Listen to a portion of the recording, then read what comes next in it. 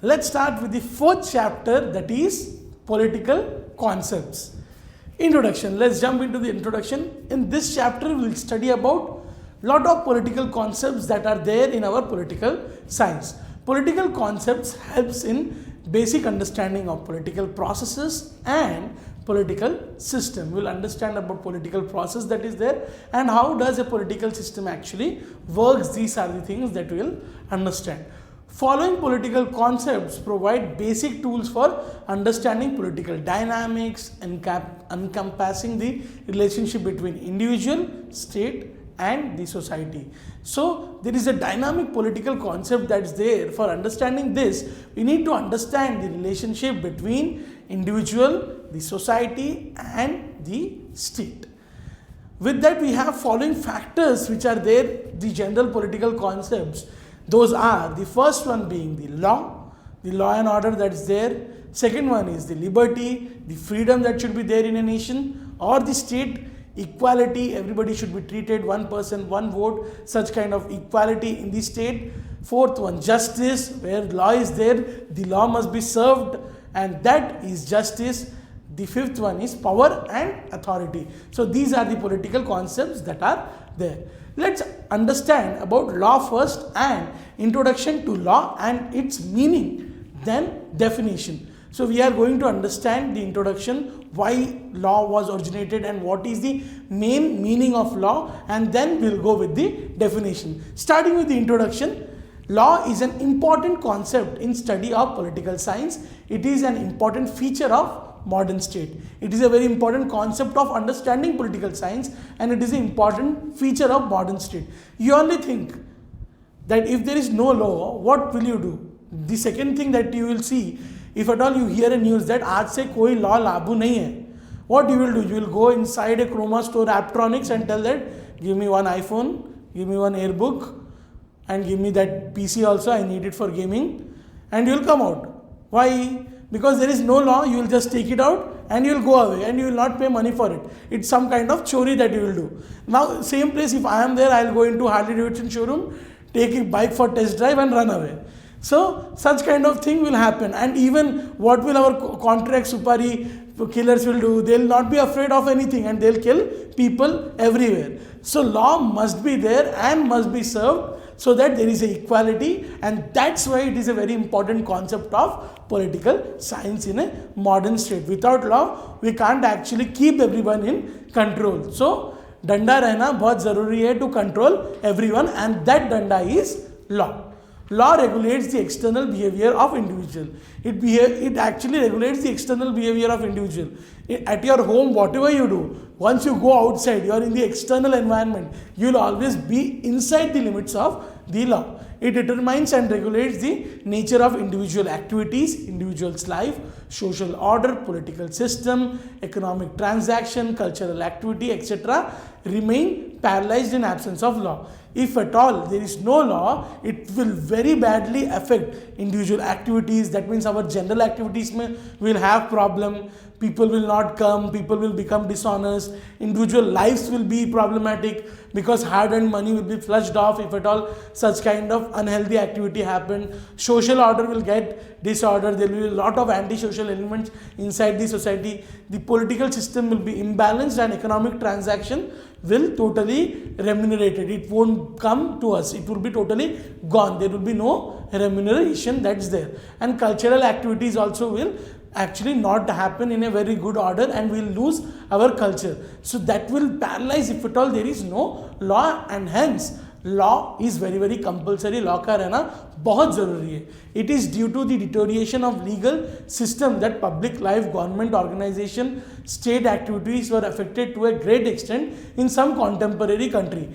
In some of the country or states, there were no laws which were there, proper legal system were not there, and those countries were very badly affected. Those countries are the first one: Afghanistan, Iraq, Nigeria, Somalia, Soviet Union, Ukraine, Yemen and Palestine, etc. are some of the example of such states. Guys, these names which I have said, you can just Google them. Whenever you Google them and just click on the images, you will understand that what is the level of anti-socialness that's there in in that country because of absence of proper legal system.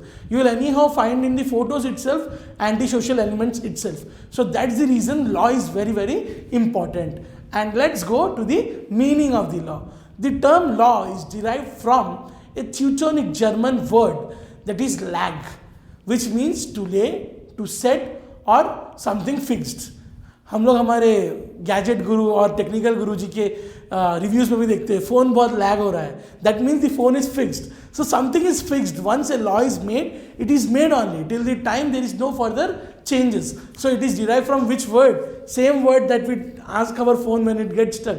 Lag ho raha hai yaar, PUBG game lag ho raha hai. So it means to lay, to set or something is fixed. It is fixed. So this is the meaning.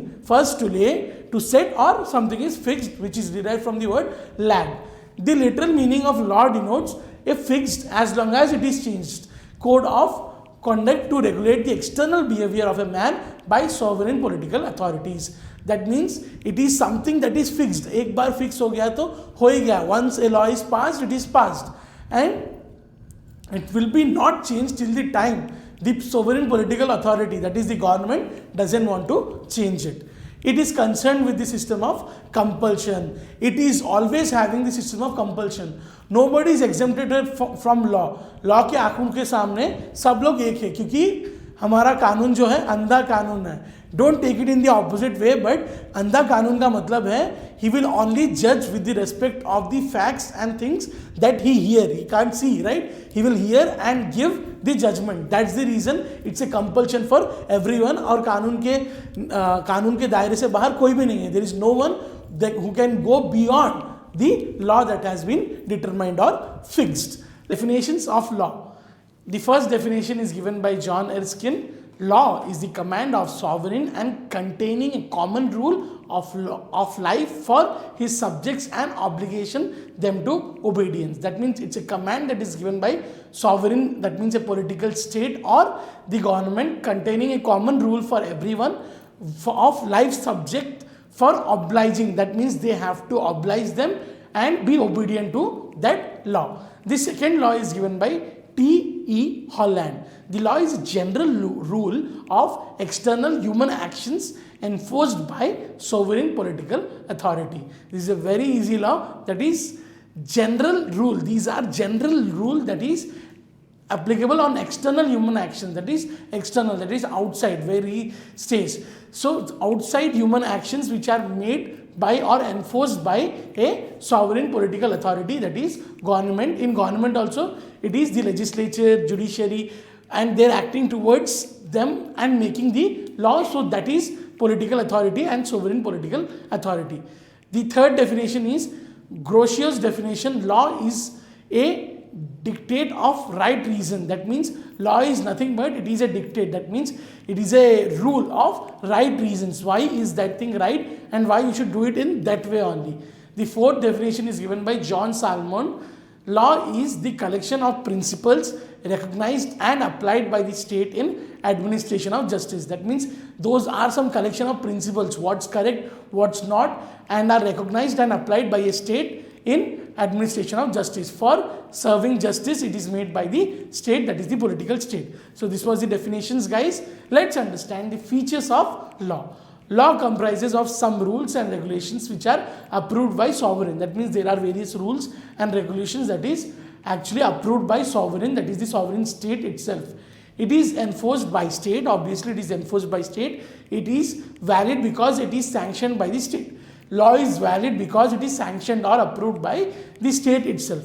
It is definite, precise and universal. That means it is definite. The law is always definite. That if you need not do this thing, that you should not do. That's it. It is very precise and it's universal. It is applicable everywhere in the territorial borders of that particular state.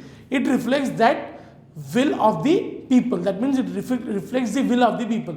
That means whatever people's will, whatever people know they can do, it will always be there. But what is beyond there, it should not be there in the any kind of violation of law. Any violation of law leads to punishment. That means if we do any kind of violation of law or we don't abide by the rules and regulations given by the state, then it will attract what? Punishment. Dand milegi. Okay, then law are compulsory and coercive in nature. Law is compulsory, law should be followed, and it is coercive in nature. That means it is everywhere it should be followed only. There is no place which is actually exempted or is a exception to this rule. Law aims at securing and promoting the individual and general welfare. That means law is always aiming for securing and promoting a better individual welfare. That means the individual should be safeguarded. Law is dynamic as it goes on changing according to needs of the people. Law is very dynamic because it goes on changing according to the rules and life of the needs of the people. So law always keeps on updating from time to time, such as we didn't had cyber laws before the entire computer thing happened, the computer change, the technological change happened. But now in India also we have cyber laws that are there, which has just come into existence because of the advancement in technology, in e-commerce, e-banking, etc. So these were about the features of law. Thank you.